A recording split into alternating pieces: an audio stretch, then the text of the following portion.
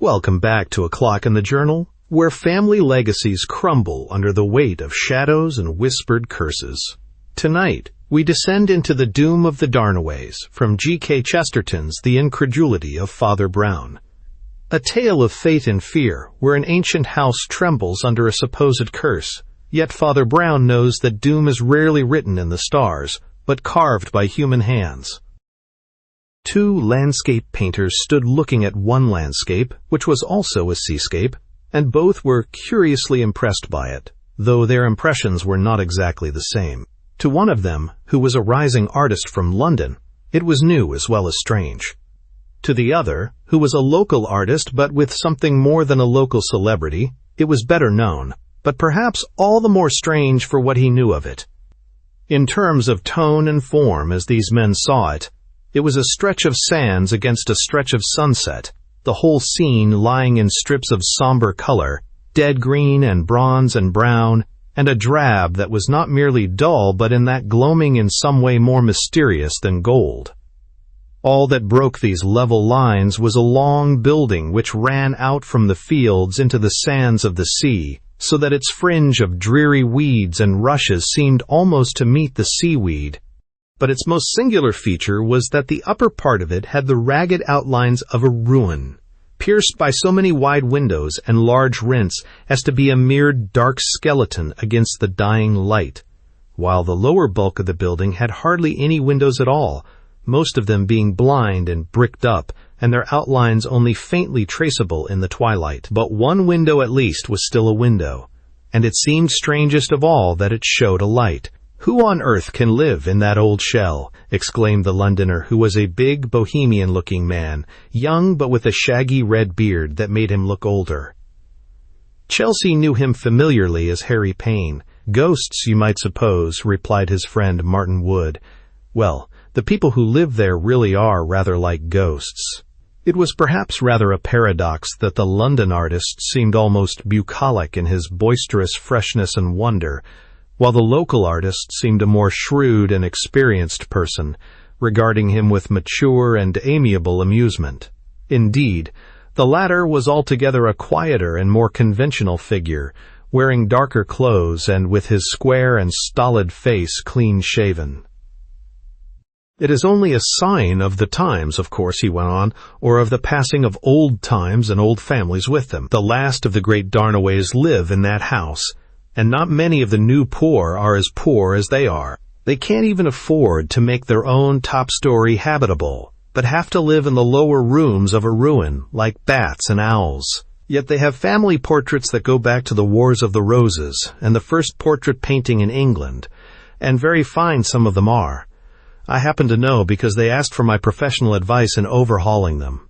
There's one of them especially, and one of the earliest, but it's so good that it gives you the creeps." "The whole place gives you the creeps, I should think, by the look of it," replied Payne. "Well," said his friend, "to tell you the truth, it does." The silence that followed was stirred by a faint rustle among the rushes by the moat, and it gave them, rationally enough, a slight nervous start when a dark figure brushed along the bank, moving rapidly and almost like a startled bird. But it was only a man walking briskly with a black bag in his hand, a man with a long, sallow face and sharp eyes that glanced at the London stranger in a slightly darkling and suspicious manner. "It's only Dr. Barnett," said Wood with a sort of relief. "Good evening, Doctor. Are you going up to the house? I hope nobody's ill." "Everybody's always ill in a place like that," growled the doctor. "Only sometimes they're too ill to know it. The very air of the place is a blight and a pestilence. I don't envy the young man from Australia." "And who," asked Payne abruptly and rather absently, "may the young man from Australia be?" "Ah, ha, ha," snorted the doctor. "Hasn't your friend told you about him?" "As a matter of fact, I believe he is arriving today. Quite a romance in the old style of melodrama, the heir back from the colonies to his ruined castle, all complete even down to an old family compact for his marrying the lady watching in the ivied tower. Queer old stuff, isn't it? But it really happens sometimes. He's even got a little money, which is the only bright spot there ever was in this business.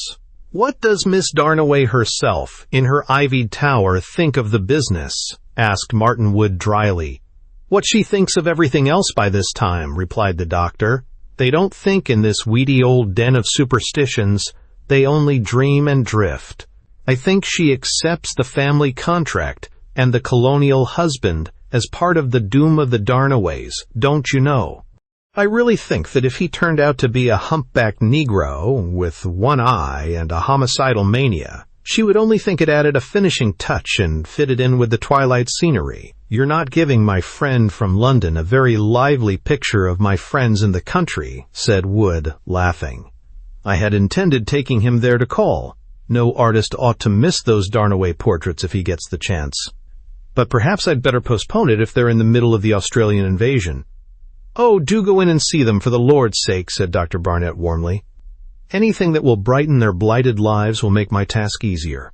It will need a good many colonial cousins to cheer things up, I should think, and the more the merrier. Come, I'll take you in myself." As they drew nearer to the house, it was seen to be isolated like an island in a moat of brackish water which they crossed by a bridge. On the other side spread a fairly wide stony floor or embankment with great cracks across it, in which little tufts of weed and thorn sprouted here and there. This rock platform looked large and bare in the gray twilight, and Payne could hardly have believed that such a corner of space could have contained so much of the soul of a wilderness.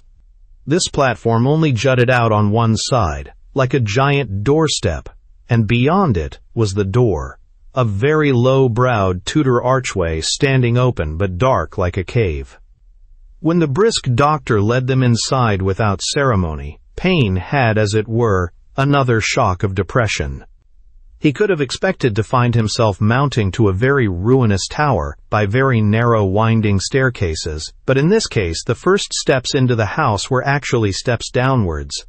They went down several short and broken stairways into large twilit rooms, which but for their lines of dark pictures and dusty bookshelves might have been the traditional dungeons beneath the castle moat. Here and there a candle in an old candlestick lit up some dusty accidental detail of a dead elegance. But the visitor was not so much impressed or depressed by this artificial light as by the one pale gleam of natural light.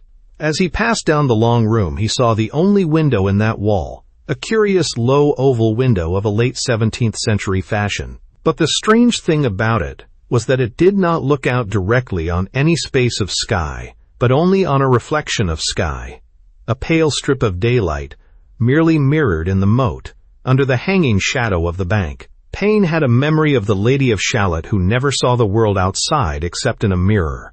The lady of this Shalott not only in some sense saw the world in a mirror, but even saw the world upside down. "It's as if the house of Darnaway were falling literally as well as metaphorically," said Wood in a low voice, "as if it were sinking slowly into a swamp or a quicksand, until the sea goes over it like a green roof."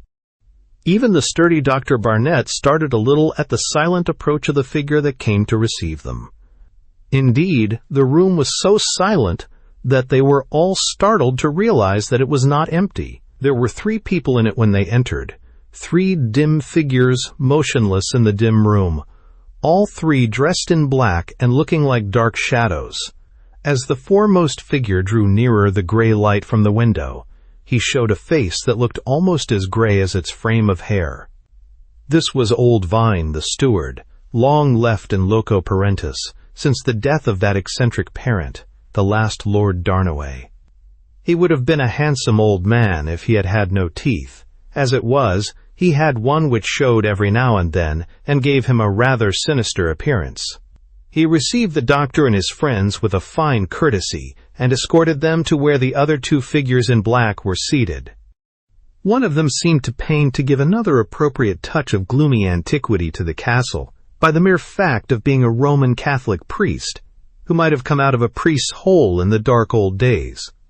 Payne could imagine him muttering prayers or telling beads or tolling bells or doing a number of indistinct and melancholy things in that melancholy place.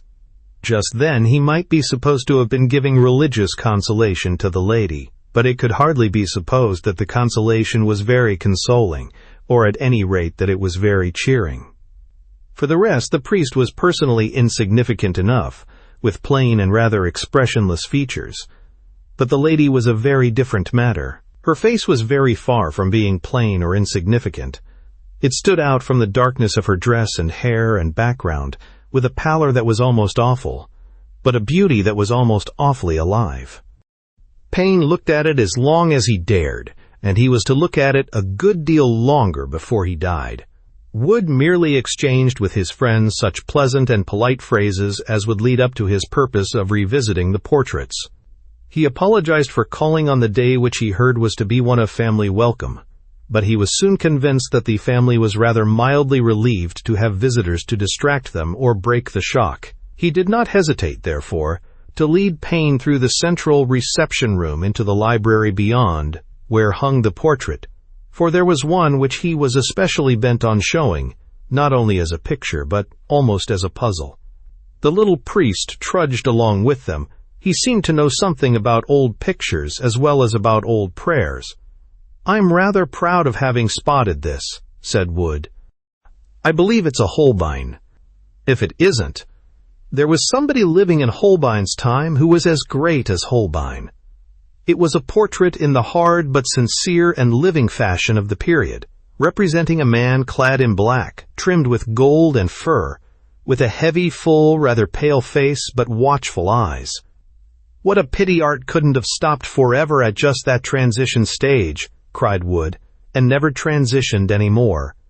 Don't you see it's just realistic enough to be real? Don't you see the face speaks all the more because it stands out from a rather stiffer framework of less essential things, and the eyes are even more real than the face. On my soul, I think the eyes are too real for the face. It's just as if those sly, quick eyeballs were protruding out of a great pale mask." "The stiffness extends to the figure a little, I think," said Payne. "They hadn't quite mastered anatomy when medievalism ended, at least in the North. That left leg looks to me a good deal out of drawing." "I'm not so sure," replied Wood quietly. "Those fellows who painted just when realism began to be done, and before it began to be overdone, were often more realistic than we think.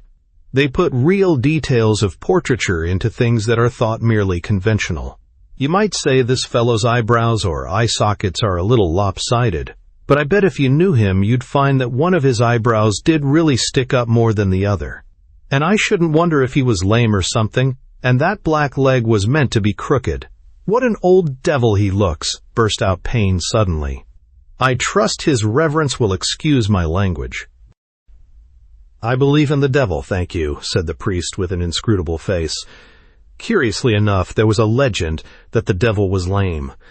"I say," protested Payne, "you can't really mean that he was the devil. But who the devil was he?" "He was the Lord Darnaway under Henry VII and Henry VIII, replied his companion. "But there are curious legends about him, too.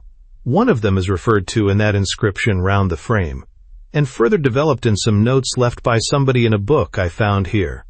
They're both rather curious reading." Payne leaned forward, craning his head so as to follow the archaic inscription round the frame. Leaving out the antiquated lettering and spelling, it seemed to be a sort of rhyme, running somewhat thus: "In the 7th air I shall return. In the 7th hour I shall depart. None in that hour shall hold my hand. And woe to her that holds my heart." "It sounds creepy somehow," said Payne, "but that may be partly because I don't understand a word of it." "It's pretty creepy even when you do," said Wood in a low voice. "The record made at a later date, in the old book I found, is all about how this beauty deliberately killed himself in such a way that his wife was executed for his murder. Another note commemorates a later tragedy, 7 successions later, under the Georges, in which another Darnaway committed suicide, having first thoughtfully left poison in his wife's wine. It said that both suicides took place at 7 in the evening. I suppose the inference is that he does really return with every 7th inheritor, and makes things unpleasant, as the rhyme suggests, for any lady unwise enough to marry him." "On that argument," replied Payne, "it would be a trifle uncomfortable for the next 7th gentleman." Wood's voice was lower still as he said, "The new heir will be the 7th. Harry Payne suddenly heaved up his great chest and shoulders like a man flinging off a burden. "What crazy stuff are we all talking?" he cried. "We're all educated men in an enlightened age, I suppose. Before I came into this damned dank atmosphere, I'd never have believed I should be talking of such things, except to laugh at them." "You are right," said Wood. "If you lived long enough in this underground palace, you'd begin to feel differently about things. I've begun to feel very curiously about that picture, having had so much to do with handling and hanging it. It sometimes seems to me that the painted face is more alive than the dead faces of the people living here, that it is a sort of talisman or magnet, that it commands the elements and draws out the destinies of men and things. I suppose you would call it very fanciful." "What is that noise?" cried Payne suddenly. They all listened, and there seemed to be no noise except the dull boom of the distant sea. Then they began to have the sense of something mingling with it, something like a voice calling through the sound of the surf, dulled by it at first, but coming nearer and nearer. The next moment they were certain. Someone was shouting outside in the dusk. Payne turned to the low window behind him and bent to look out. It was the window from which nothing could be seen except the moat, with its reflection of bank and sky. But that inverted vision was not the same that he had seen before. From the hanging shadow of the bank in the water depended two dark shadows reflected from the feet and legs of a figure standing above upon the bank. Through that limited aperture they could see nothing but the two legs black against the reflection of a pale and livid sunset. But somehow that very fact of the head being invisible, as if in the clouds, gave something dreadful to the sound that followed, the voice of a man crying aloud what they could not properly hear or understand. Payne especially was peering out of the little window with an altered face, and he spoke with an altered voice. "How queerly he's standing." "No, no," said Wood, in a sort of soothing whisper. "Things often look like that in reflection. It's the wavering of the water that makes you think that." "Think what?" asked the priest shortly. "That his left leg is crooked," said Wood. Payne had thought of the oval window as a sort of mystical mirror, and it seemed to him that there were in it other inscrutable images of doom. There was something else beside the figure that he did not understand.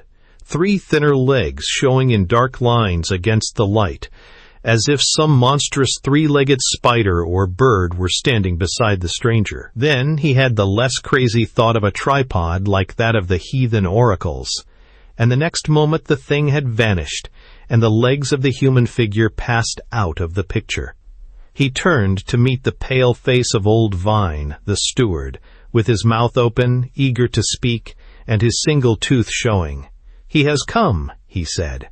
"The boat arrived from Australia this morning." Even as they went back out of the library into the central salon, they heard the footsteps of the newcomer clattering down the entrance steps, with various items of light luggage trailed behind him. When Payne saw one of them, he laughed with a reaction of relief. His tripod was nothing but the telescopic legs of a portable camera, easily packed and unpacked, and the man who was carrying it seemed so far to take on equally solid and normal qualities. He was dressed in dark clothes, but of a careless and holiday sort. His shirt was of gray flannel, and his boots echoed uncompromisingly enough in those still chambers. As he strode forward to greet his new circle, his stride had scarcely more than the suggestion of a limp, but Payne and his companions were looking at his face, and could scarcely take their eyes from it. He evidently felt there was something curious and uncomfortable about his reception, but they could have sworn that he did not himself know the cause of it. The lady, supposed to be in some sense already betrothed to him, was certainly beautiful enough to attract him, but she evidently also frightened him. The old steward brought him a sort of feudal homage, yet treated him as if he were the family ghost. The priest still looked at him with a face which was quite indecipherable, and therefore perhaps all the more unnerving. A new sort of irony, more like the Greek irony, began to pass over Payne's mind. He had dreamed of the stranger as a devil, but it seemed almost worse that he was an unconscious destiny. He seemed to march towards crime with the monstrous innocence of Oedipus. He had approached the family mansion in so blindly buoyant a spirit as to have set up his camera to photograph his first sight of it, and even the camera had taken on the semblance of the tripod of a tragic pythoness. Payne was surprised, when taking his leave a little while after, at something which showed that the Australian was already less unconscious of his surroundings. He said in a low voice, "Don't go, or come again soon. You look like a human being. This place fairly gives me the jumps."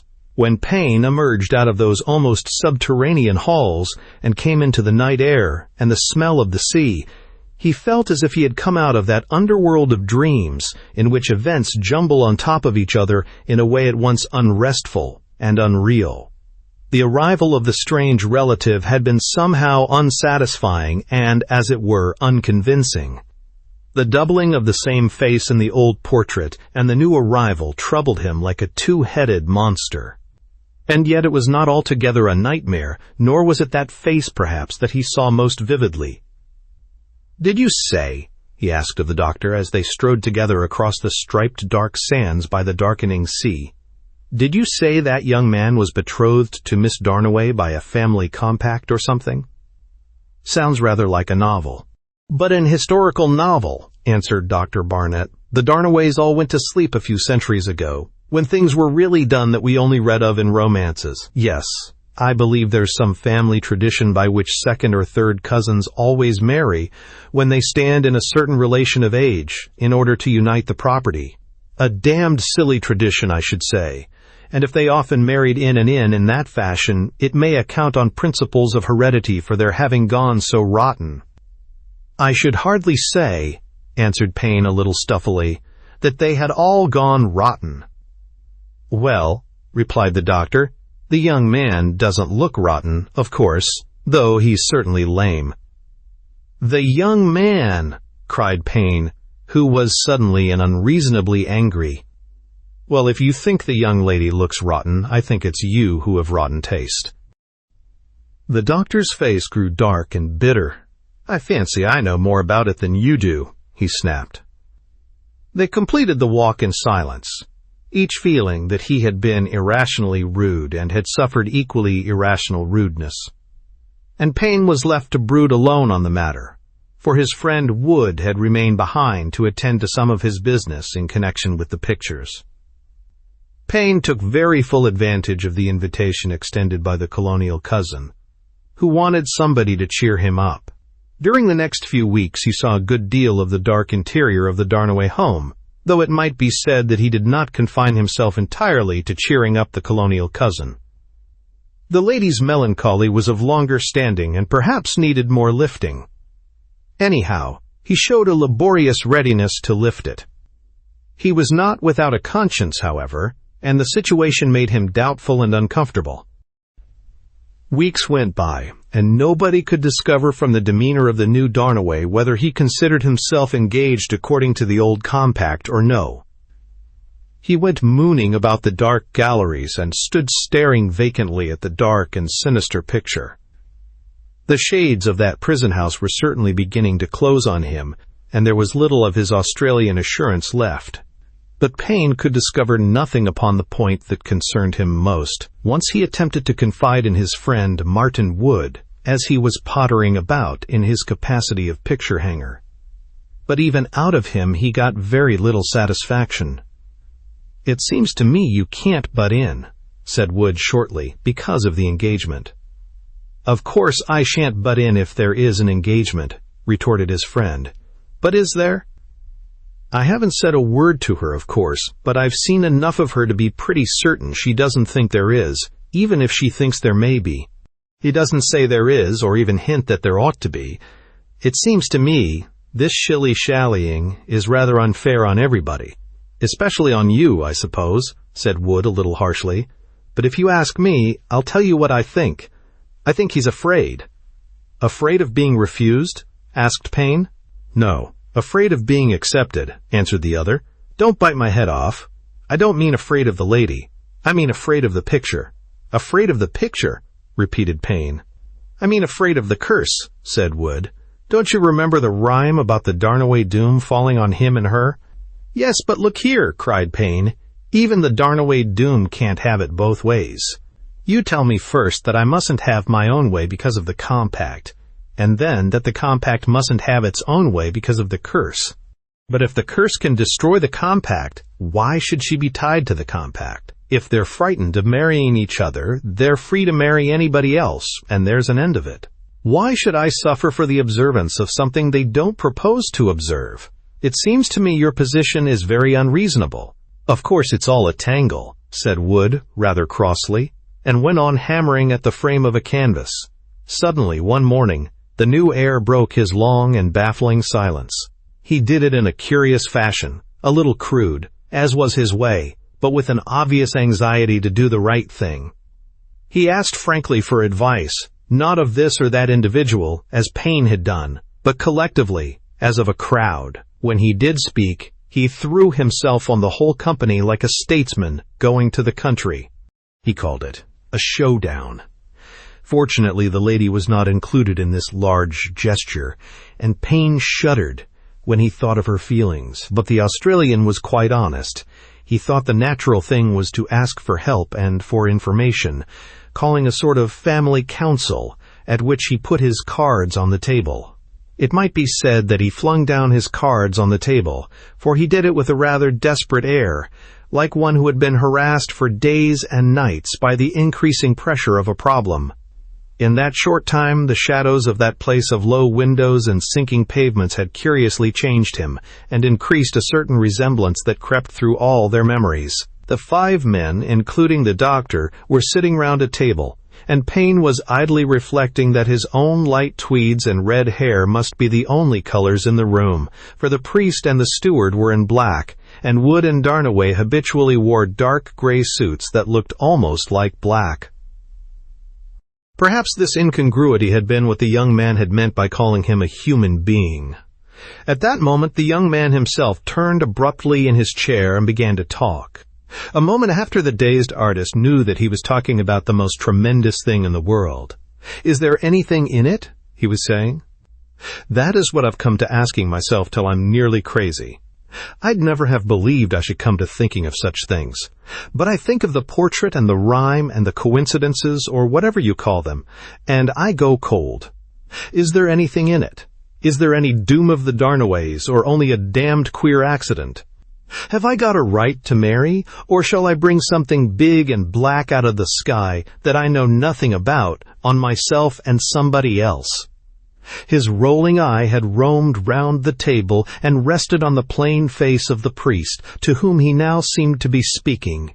Payne's submerged practicality rose in protest against the problem of superstition being brought before that supremely superstitious tribunal. He was sitting next to Darnaway and struck in before the priest could answer. "Well, the coincidences are curious, I admit," he said, rather forcing a note of cheerfulness. "But surely we—" And then he stopped as if he had been struck by lightning, for Darnaway had turned his head sharply over his shoulder at the interruption, and with the movement, his left eyebrow jerked up far above its fellow, and for an instant the face of the portrait glared at him with a ghastly exaggeration of exactitude. The rest saw it, and all had the air of having been dazzled by an instant of light. The old steward gave a hollow groan. "It is no good," he said hoarsely. "We are dealing with something too terrible." "Yes," assented the priest in a low voice. "We are dealing with something terrible, with the most terrible thing I know, and the name of it is nonsense." "What did you say?" said Darnaway, still looking towards him. "I said nonsense," repeated the priest. "I have not said anything in particular up to now, for it was none of my business. I was only taking temporary duty in the neighborhood, and Miss Darnaway wanted to see me. But since you're asking me personally and point-blank why, it's easy enough to answer. Of course, there's no doom of the Darnaways to prevent your marrying anybody you have any decent reason for marrying.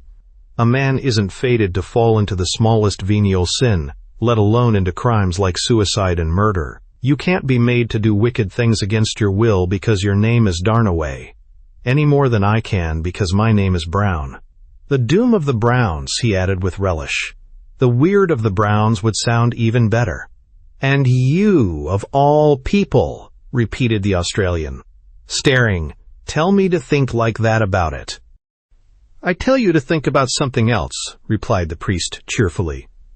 "What has become of the rising art of photography? How is the camera getting on? I know it's rather dark downstairs, but those hollow arches on the floor above could easily be turned into a first-rate photographic studio. A few workmen could fit it out with a glass roof in no time." "Really," protested Martin Wood, "I do think you should be the last man in the world to tinker about with those beautiful Gothic arches, which are about the best work your own religion has ever done in the world. I should have thought you'd have had some feeling for that sort of art, but I can't see why you should be so uncommonly keen on photography." "I'm uncommonly keen on daylight," answered Father Brown, "especially in this dingy business, and photography has the virtue of depending on daylight. And if you don't know that I would grind all the Gothic arches in the world to powder to save the sanity of a single human soul, you don't know so much about my religion as you think you do." The young Australian had sprung to his feet like a man rejuvenated. "By George, that's the talk," he cried, "though I never thought to hear it from that quarter. I'll tell you what, Reverend Sir, I'll do something that will show I haven't lost my courage after all." The old steward was still looking at him with quaking watchfulness, as if he felt something fey about the young man's defiance. "Oh," he cried, "what are you going to do now?" "I am going to photograph the portrait," replied Darnaway. Yet it was barely a week afterwards that the storm of the catastrophe seemed to stoop out of the sky, darkening that sun of sanity to which the priest had appealed in vain, and plunging the mansion once more in the darkness of the Darnaway doom. It had been easy enough to fit up the new studio, and seen from inside it looked very like any other such studio, empty except for the fullness of the white light. A man coming from the gloomy rooms below had more than normally the sense of stepping into a more than modern brilliancy, as blank as the future. At the suggestion of Wood, who knew the castle well and had got over his first aesthetic grumblings, a small room remaining intact in the upper ruins was easily turned into a dark room, into which Darnaway went out of the white daylight to grope by the crimson gleams of a red lamp. Wood said, laughing, that the red lamp had reconciled him to the vandalism, as that bloodshot darkness was as romantic as an alchemist's cave.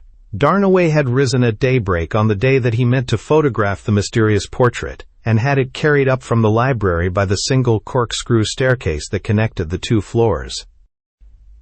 There he had set it up in the wide, white daylight on a sort of easel, and planted his photographic tripod in front of it. He said he was anxious to send a reproduction of it to a great antiquary who had written on the antiquities of the house, but the others knew that this was an excuse covering much deeper things.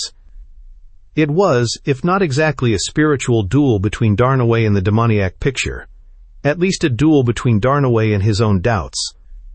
He wanted to bring the daylight of photography face to face with that dark masterpiece of painting, and to see whether the sunshine of the new art would not drive out the shadows of the old. Perhaps this was why he preferred to do it by himself, even if some of the details seemed to take longer and involve more than normal delay. Anyhow, he rather discouraged the few who visited his studio during the day of the experiment, and who found him focusing and fussing about in a very isolated and impenetrable fashion. The steward had left a meal for him, as he refused to come down. The old gentleman also returned some hours afterwards, and found the meal more or less normally disposed of. But when he brought it, he got no more gratitude than a grunt. Payne went up once to see how he was getting on, but finding the photographer disinclined for conversation, came down again. Father Brown had wandered that way in an unobtrusive style to Lake Darnaway, a letter from the expert to whom the photograph was to be sent. But he left the letter on a tray, and whatever he thought of that great glass house full of daylight and devotion to a hobby, a world he had himself in some sense created, he kept it to himself and came down. He had reason to remember very soon that he was the last to come down the solitary staircase connecting the floors, leaving a lonely man and an empty room behind him. The others were standing in the salon that led into the library, just under the great black ebony clock that looked like a titanic coffin. "How was Darnaway getting on?" asked Payne, a little later, "when you last went up?" The priest passed a hand over his forehead. "Don't tell me I'm getting psychic," he said with a sad smile. I believe I'm quite dazzled with daylight up in that room and couldn't see things straight. Honestly, I felt for a flash as if there was something uncanny about Darnaways' figure standing before that portrait. "Oh, that's the lame leg," said Barnett promptly. "We know all about that." "Do you know?" said Payne abruptly, but lowering his voice. "El, don't think we do know all about it or anything about it. What's the matter with his leg? What was the matter with his ancestor's leg?" "Oh, there's something about that in the book I was reading in there, in the family archives," said Wood. "I'll fetch it for you." And he stepped into the library just beyond. "I think," said Father Brown quietly, "Mr. Payne must have some particular reason for asking that." "I may as well blurt it out once and for all," said Payne, but in a yet lower voice. "After all, there is a rational explanation. A man from anywhere might have made up to look like the portrait. What do we know about Darnaway? He is behaving rather oddly. The others were staring at him in a rather startled fashion, but the priest seemed to take it very calmly. "I don't think the old portrait's ever been photographed," he said. "That's why he wants to do it. I don't think there's anything odd about that. Quite an ordinary state of things, in fact," said Wood with a smile. He had just returned with the book in his hand, and even as he spoke, there was a stir in the clockwork of the great dark clock behind him, and successive strokes thrilled through the room up to the number of 7. With the last stroke, there came a crash from the floor above that shook the house like a thunderbolt, and Father Brown was already 2 steps up the winding staircase before the sound had ceased. "My God!" cried Payne involuntarily. "He is alone up there." "Yes," said Father Brown without turning, as he vanished up the stairway. "We shall find him alone." When the rest recovered from their first paralysis and ran helter-skelter up the stone steps and found their way to the new studio, it was true in that sense that they found him alone. They found him lying in a wreck of his tall camera, with its long splintered legs standing out grotesquely at 3 different angles, and Darnaway had fallen on top of it, with one black, crooked leg lying at a 4th angle along the floor. For the moment the dark heap looked as if he were entangled with some huge and horrible spider. Little more than a glance and a touch were needed to tell them that he was dead. Only the portrait stood untouched upon the easel, and one could fancy the smiling eyes shone.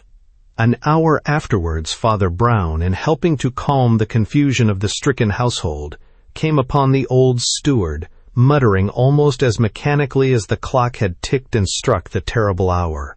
Almost without hearing them, he knew what the muttered words must be. "In the 7th air I shall return. In the 7th hour I shall depart." As he was about to say something soothing, the old man seemed suddenly to start awake and stiffen into anger. His mutterings changed to a fierce cry. "You," he cried, "you and your daylight. Even you won't say now there is no doom for the Darnaways." "My opinion about that is unchanged," said Father Brown mildly. Then, after a pause, he added, "I hope you will observe poor Darnaway's last wish, and see the photograph is sent off." "The photograph?" cried the doctor sharply. "What's the good of that?" "As a matter of fact, it's rather curious. But there isn't any photograph. It seems he never took it after all, after pottering about all day." Father Brown swung round sharply. "Then take it yourselves," he said. "Poor Darnaway was perfectly right. It's most important that the photograph should be taken." As all the visitors, the doctor, the priest, and the 2 artists, trailed away in a black and dismal procession across the brown and yellow sands, they were at first more or less silent, rather as if they had been stunned. And certainly there had been something like a crack of thunder in a clear sky about the fulfillment of that forgotten superstition, at the very time when they had most forgotten it. When the doctor and the priest had both filled their minds with rationalism, as the photographer had filled his rooms with daylight. They might be as rationalistic as they liked, but in broad daylight the 7th air had returned, and in broad daylight at the 7th hour he had perished. "I'm afraid everybody will always believe in the Darnaway superstition now," said Martin Wood. "I know one who won't," said the doctor sharply. "Why should I indulge in superstition because somebody else indulges in suicide? You think poor Mr. Darnaway committed suicide?" asked the priest. "I'm sure he committed suicide," replied the doctor.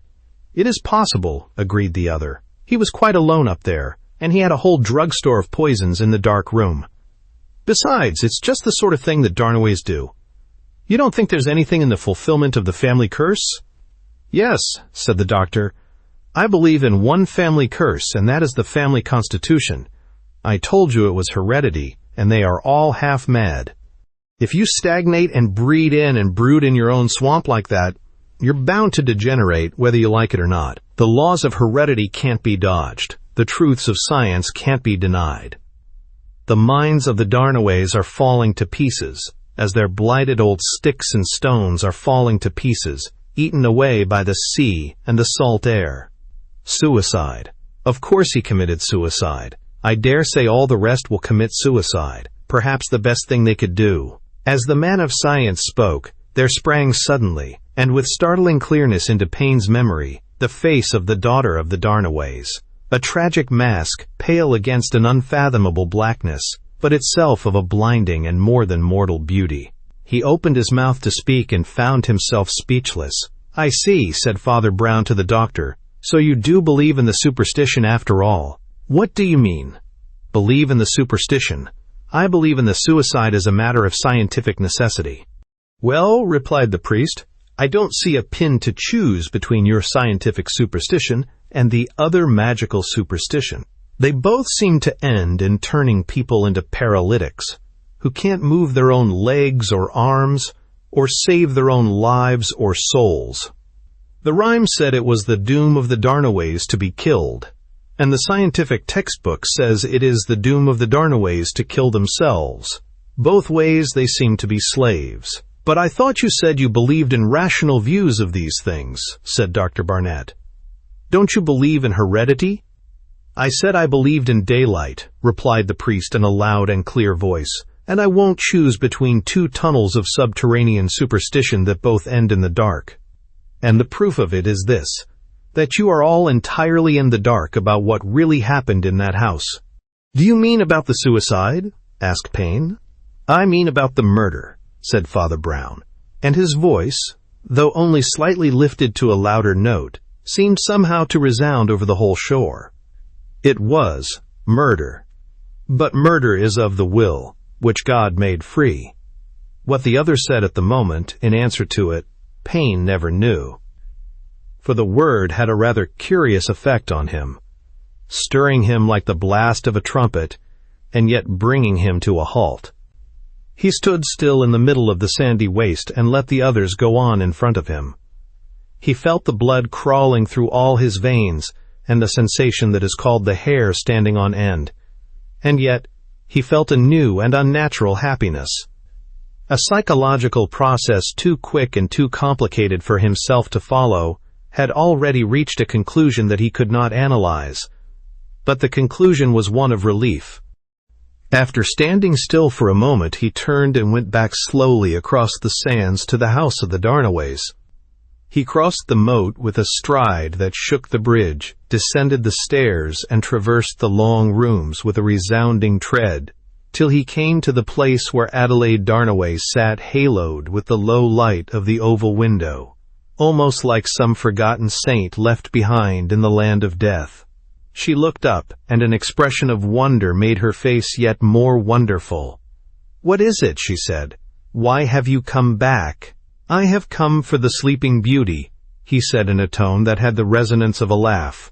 "This old house went to sleep long ago, as the doctor said, but it is silly for you to pretend to be old. Come up into the daylight and hear the truth. I have brought you a word. It is a terrible word, but it breaks the spell of your captivity." She did not understand a word he said, but something made her rise and let him lead her down the long hall and up the stairs and out under the evening sky. The ruins of a dead garden stretched towards the sea, and an old fountain with the figure of a Triton, green with rust, remained poised there, pouring nothing out of a dried horn into an empty basin. He had often seen that desolate outline against the evening sky as he passed, and it had seemed to him a type of fallen fortunes in more ways than one. Before long, doubtless, those hollow fonts would be filled, but it would be with the pale green bitter waters of the sea, and the flowers would be drowned and strangled in seaweed. So he had told himself the daughter of the Darnaways might indeed be wedded, but she would be wedded to death, and a doom as deaf and ruthless as the sea. But now he laid a hand on the bronze Triton that was like the hand of a giant, and shook it as if he meant to hurl it over like an idol or an evil god of the garden. "What do you mean?" she asked steadily. "What is this word that will set us free?" "The word is murder," he said, "and the freedom it brings is as fresh as the flowers of spring. No, I do not mean I have murdered anybody. But the fact that anybody can be murdered is itself good news after the evil dreams you have been living in. Don't you understand? In that dream of yours, everything that happened to you came from inside you. The doom of the Darnaways was stored up in the Darnaways. It unfolded itself like a horrible flower. There was no escape even by happy accident. It was all inevitable, whether it was Vine and his old wives, Tails, or Barnet and his newfangled heredity. But this man who died was not the victim of a magic curse or an inherited madness. He was murdered, and for us, that murder is simply an accident. Yes, requiescat in pace, but a happy accident. It is a ray of daylight, because it comes from outside. She suddenly smiled. "Yes, I believe I understand. I suppose you are talking like a lunatic, but I understand. But who murdered him?" "I do not know," he answered calmly. "But Father Brown knows. And as Father Brown says, murder is at least done by the will, free as that wind from the sea. Father Brown is a wonderful person," she said after a pause. "He was the only person who ever brightened my existence in any way at all until—" "Until what?" asked Payne, and made a movement almost impetuous, leaning towards her and thrusting away the bronze monster so that it seemed to rock on its pedestal. "Well, until you did," she said, and smiled again. "So was the sleeping palace awakened, and it is no part of this story to describe the stages of its awakening, though much of it had come to pass before the dark of that evening had fallen upon the shore. As Harry Payne strode homewards once more, across those dark sands that he had crossed in so many moods, he was at the highest turn of happiness that is given in this mortal life. And the whole Red Sea within him was at the top of its tide. He would have had no difficulty in picturing all that place again in flower, and the bronze Triton bright as a golden god, and the fountain flowing with water or with wine. But all this brightness and blossoming had been unfolded for him by the one word, murder, and it was still a word that he did not understand. He had taken it on trust, and he was not unwise, for he was one of those who have a sense of the sound of truth. It was more than a month later that Payne returned to his London house to keep an appointment with Father Brown, taking the required photograph with him. His personal romance had prospered as well as was fitting under the shadow of such a tragedy, and the shadow itself therefore lay rather more lightly on him, but it was hard to view it as anything but the shadow of a family fatality. In many ways he had been much occupied, and it was not until the Darnaway household had resumed its somewhat stern routine, and the portrait had long been restored to its place in the library, that he had managed to photograph it with a magnesium flare. Before sending it to the antiquary, as originally arranged, he brought it to the priest who had so pressingly demanded it. "I can't understand your attitude about all this, Father Brown," he said. "You act as if you had already solved the problem in some way of your own." The priest shook his head mournfully. "Not a bit of it," he answered. "I must be very stupid, but I'm quite stuck about the most practical point of all. It's a queer business, so simple up to a point, and then— Let me have a look at that photograph, will you?" He held it close to his screwed, short-sighted eyes for a moment, and then said, "Have you got a magnifying glass?" Payne produced one, and the priest looked through it intently for some time, and then said, "Look at the title of that book at the edge of the bookshelf beside the frame. It's The History of Pope Joan. Now I wonder—" "Yes, by George, and the one above is something or other of Iceland." "Lord, what a queer way to find it out. What a dolt and donkey I was not to notice it when I was there. "But what have you found out?" asked Payne impatiently. "The last link," said Father Brown, "and I'm not stuck any longer." "Yes, I think I know how that unhappy story went from first to last now." "But why?" insisted the other. "Why? Because," said the priest with a smile, "the Darnaway library contained books about Pope Joan and Iceland, not to mention another I see with the title beginning, The Religion of Frederick, which is not so very hard to fill up." Then, seeing the other's annoyance, his smile faded, and he said more earnestly, "As a matter of fact, this last point, though it is the last link, is not the main business. There were much more curious things in the case than that. One of them is rather a curiosity of evidence. Let me begin by saying something that may surprise you. Darnaway did not die at 7 o'clock that evening. He had been already dead for a whole day." "Surprise is rather a mild word," said Payne grimly, "since you and I both saw him walking about afterwards." "No, we did not," replied Father Brown quietly. "I think we both saw him, or thought we saw him, fussing about with the focusing of his camera. Wasn't his head under that black cloak when you passed through the room?" "It was when I did. And that's why I felt there was something queer about the room and the figure. It wasn't that the leg was crooked, but rather that it wasn't crooked. It was dressed in the same sort of dark clothes, but if you see what you believe to be one man standing in the way that another man stands, you will think he's in a strange and strained attitude." "Do you really mean," cried Payne with something like a shudder, "that it was some unknown man?" "It was the murderer," said Father Brown. "He had already killed Darnaway at daybreak and hid the corpse and himself in the dark room, an excellent hiding place, because nobody normally goes into it or can see much if he does. But he let it fall out on the floor at 7 o'clock, of course, that the whole thing might be explained by the curse." "But I don't understand," observed Payne. "Why didn't he kill him at 7 o'clock then, instead of loading himself with a corpse for 14 hours? "Let me ask you another question," said the priest. "Why was there no photograph taken? Because the murderer made sure of killing him when he first got up, and before he could take it. It was essential to the murderer to prevent that photograph reaching the expert on the Darnaway antiquities." There was a sudden silence for a moment, and then the priest went on in a lower tone. "Don't you see how simple it is? Why, you yourself saw one side of the possibility. But it's simpler even than you thought. You said a man might be faked to resemble an old picture.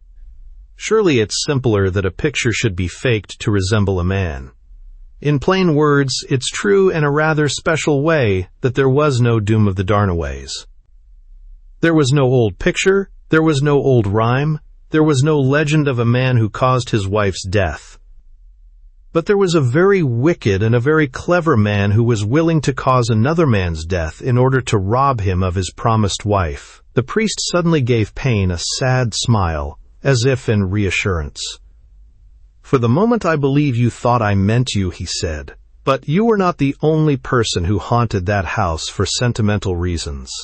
You know the man, or rather you think you do. But there were depths in the man called Martin Wood, artist and antiquary, which none of his mere artistic acquaintances were likely to guess. Remember that he was called in to criticize and catalog the pictures. In an aristocratic dustbin of that sort, that practically means simply to tell the Darnaways what art treasures they had got. They would not be surprised at things turning up they had never noticed before. It had to be done well, and it was. Perhaps he was right when he said that if it wasn't Holbein, it was somebody of the same genius." "I feel rather stunned," said Payne, "and there are 20 things I don't see yet.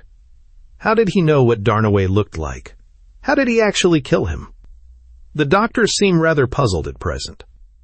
"I saw a photograph the lady had which the Australians sent on before him," said the priest, "and there are several ways in which he could have learned things when the new heir was once recognized.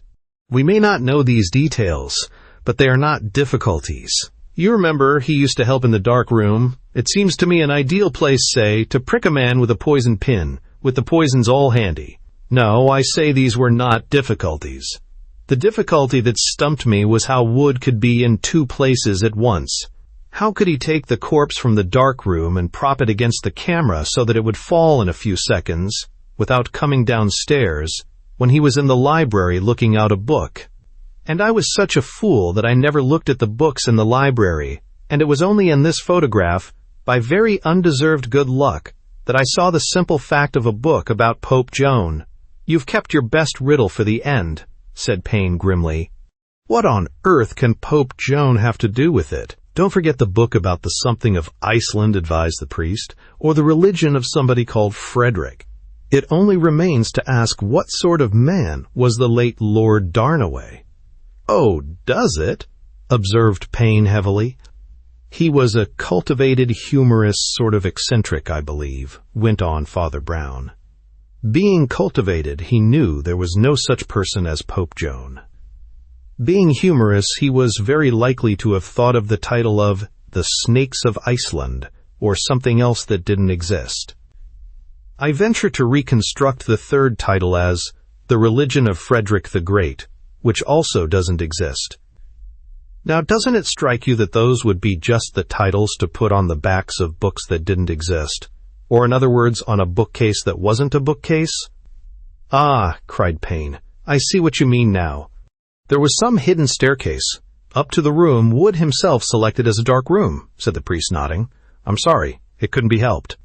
It's dreadfully banal and stupid as I have been on this pretty banal case.